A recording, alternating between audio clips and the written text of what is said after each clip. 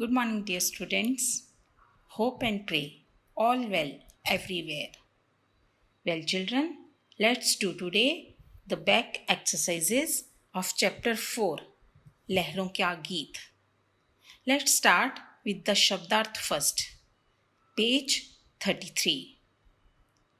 First word is मधुर स्वर means मीठी आवाज, sweet voice. तट किनारा, बैंक ऑफ द रिवर. नभ आकाश, स्काई. मचलना, आतुर होना या हठ करना, जिद करना. You can say like agitating. Shashi चांद, मून. पथ रास्ता, पाथ. नेक्स्ट इज पाठ को समझें. इसमें पहला प्रश्न है कविता की पंक्तियां पढ़कर सही उत्तर पर टिक लगाओ. तो कविता की पंक्तियां आप पहले ही पढ़ चुके हैं. अब हम पहला प्रश्न देखते हैं. क भर भर उमंग सदा हृदय में पंक्ति का अर्थ है. तो आपने नीचे दी गई ऑप्शंस में से करेक्ट ऑप्शन पर टिक लगाना है. तो करेक्ट ऑप्शन है दिल में जोश भरकर. तो इस पर आप टिक लगाएंगे. अगला है ख कवि किसके गाने की बात कर रहा है. तो किसके गाने की बात हो रही है यहाँ? लहरों के. तो इस पर आप टिक लगाएंगे. अगला है जीवन भर बहना सीखा है. पंक्ति का अर्थ है. तो इसका मतलब है निरंतर अपने उद्देश्य की ओर बढ़ती हैं. तो ये आपका जो थर्ड ऑप्शन है दैट इज करेक्ट. इसके बाद अगला प्रश्न है निम्नलिखित प्रश्नों के उत्तर दो. तो आइए हम इनको भी एक बार डिस्कस करते हैं. पहला प्रश्न है मौखिक. बालिका माँ से किसके गाने की बात कह रही है. तो किसके गाने की बात कह रही है? बालिका माँ से लहरों के गाने की बात कह रही है. अगला प्रश्न लहरें तट पर आकर क्या करती हैं. उत्तर लहरें तट पर आकर उससे हंस हंस कर अपनी बातें कह जाती हैं.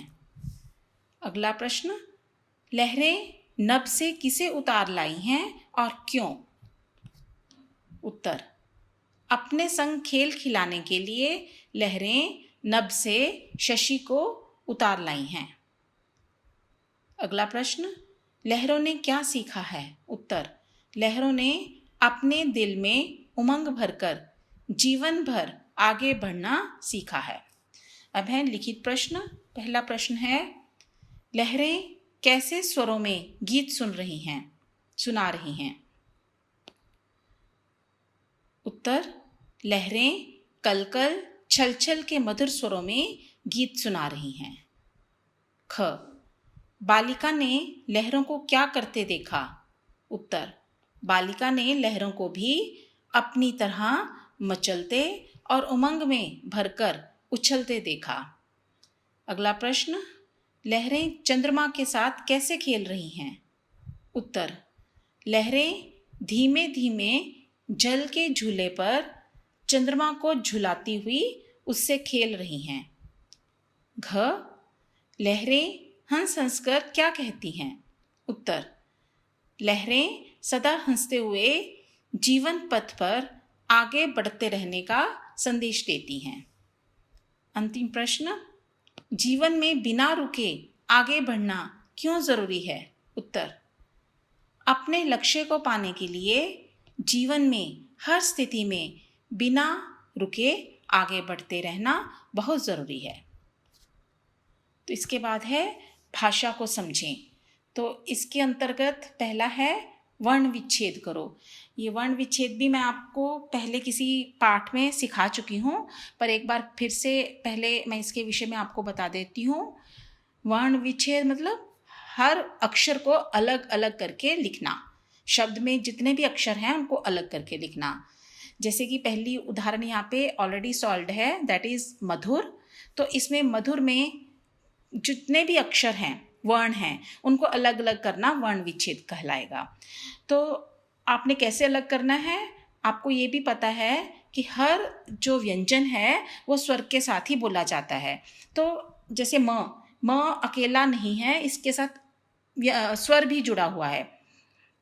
तो म में यदि मात्रा कुछ नहीं है तो इसका मतलब यहाँ पे अ जुड़ा हुआ है। तो हम कैसे लिखेंगे? म हलंत जमा अ। तो हलंत डालने से क्या पता चलता है कि म नाउ प्योरली कॉन्सोनेंट। म इज नाउ प्योरली कॉन्सोनेंट, मतलब प्योरली व्यंजन है, इसमें अब अ जुड़ा हुआ नहीं है। तो म हलंत जमा अ, हमने अ को अलग कर दिया। अब यदि किसी व्यंजन के साथ कोई मात्रा नहीं है तो इसका मतलब वहाँ पे अ हमेशा रहेगा। अगला है धू। धू ध हलंत जमा उ। छोटे ऊ की मात्रा है तो छोटा ऊ हम जमा करके लिखेंगे। तो इसमें ये मात्रा लगी हुई तो इसका मतलब हम उस स्वर को यहाँ पे लिखेंगे जिसकी मात्रा है। तो म मधुर जमा म हलंत जमा अ जमा ध हलंत जमा उ जमा र हलंत जमा अ। अब र के साथ भी कोई मात्रा नहीं है, इसका मतलब र हलंत जमा अ, तो वहाँ पे अ है। और हलंत क्यों? यह दिखाने के लिए कि र अब प्योरली व्यंजन है, हमने अ अलग कर दिया। अब अगला शब्द है उमंग। उमंग में सबसे पहले है ऊ।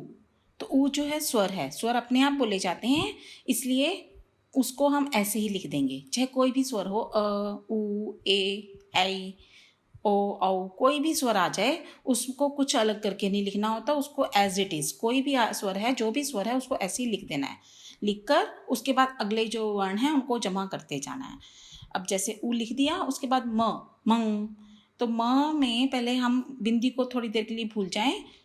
म हलंत जमा अ, तो उसके ऊपर हम अ के ऊपर बिंदी लगा देंगे ऊं वाली साउंड के लिए, उमंग। उसके बाद है ग।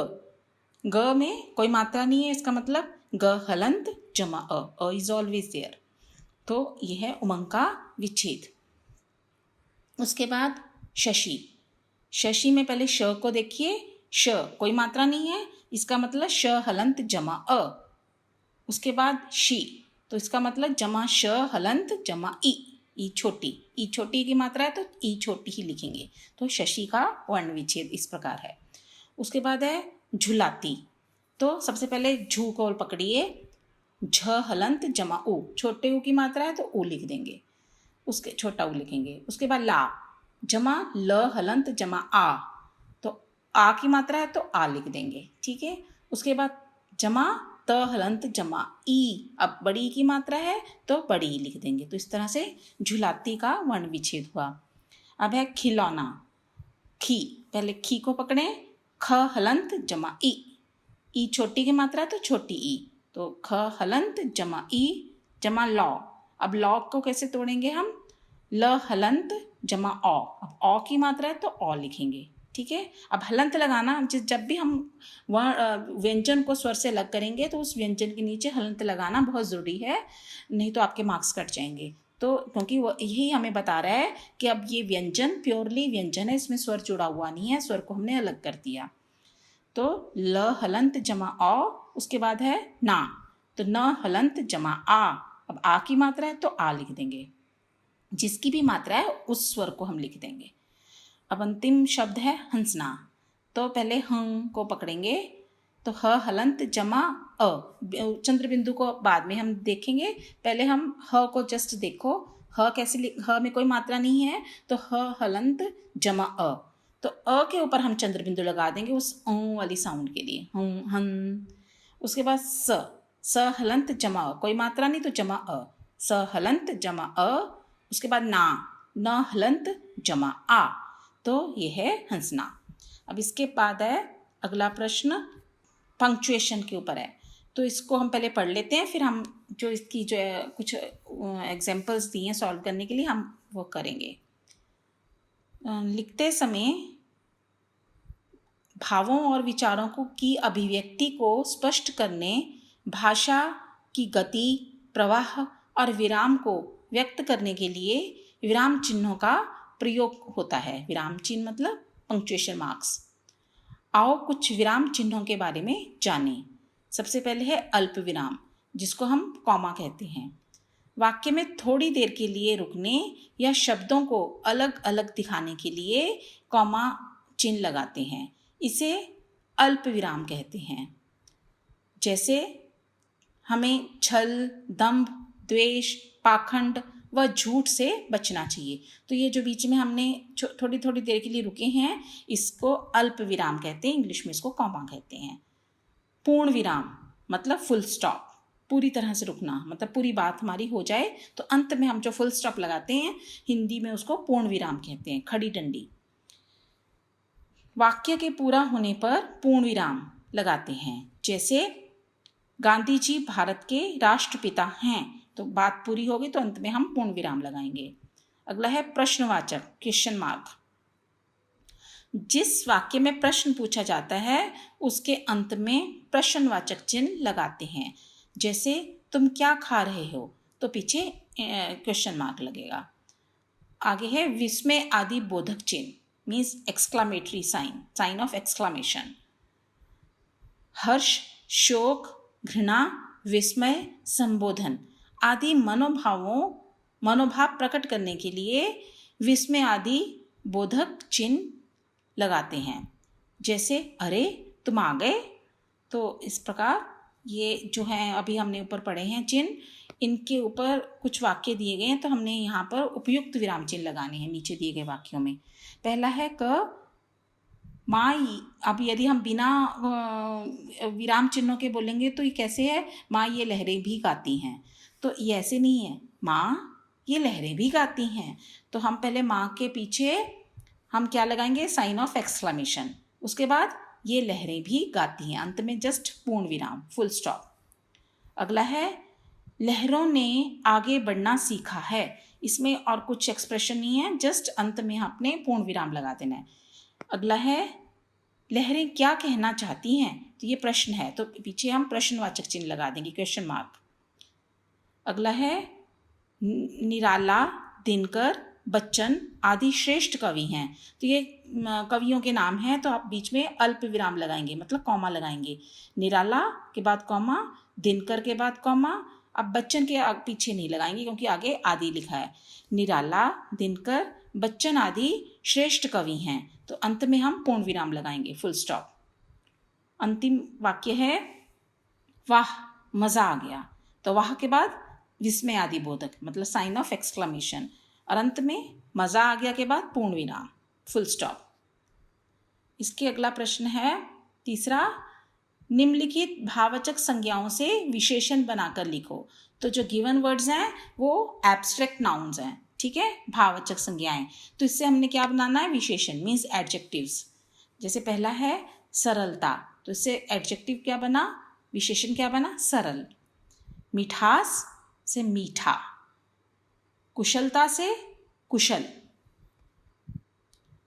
अच्छाई अच्छा, उत्सुकता उत्सुक, तो विशेषण क्या है, उत्सुक।